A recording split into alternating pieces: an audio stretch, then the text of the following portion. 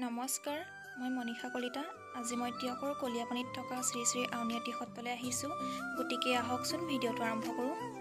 এইখন হৈছে সত্ৰৰ মুখ্য দুৱাৰ। সত্ৰখনত সোমোৱাৰ আগে আগে এটা বৰপুখুৰী দেখা পাব।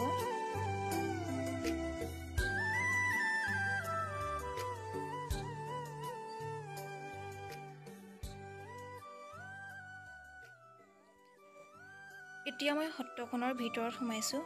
এয়া চাওকচোন কিমান সুন্দৰ পৰিৱেশ।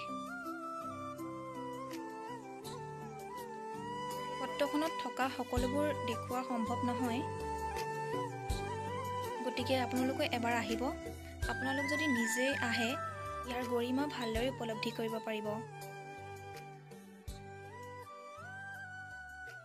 এয়াই হৈছে হিন্দুসকলৰ ঐতিহাসিক ধৰ্মস্থান শ্ৰী শ্ৰী আউনীআটী সত্ৰ।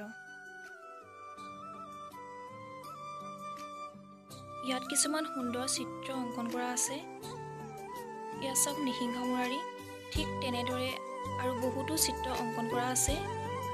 প্ৰতিটো চিত্ৰতে আচলতে ধাৰ্মিক কাহিনী জড়িত হৈ আছে। আৰু ইয়াত কিছুমান জীৱনৰ বাণী লিখি থৈছে, যিবোৰ বাণী আমি মন দি পঢ়িলে মনটো ভাল লাগিব আৰু ধাৰ্মিকভাৱে জীৱন অতিবাহিত কৰাত সহায় কৰিব। এয়া হৈছে আউনীআটী সত্ৰৰ বাহিৰৰ পৰিৱেশ।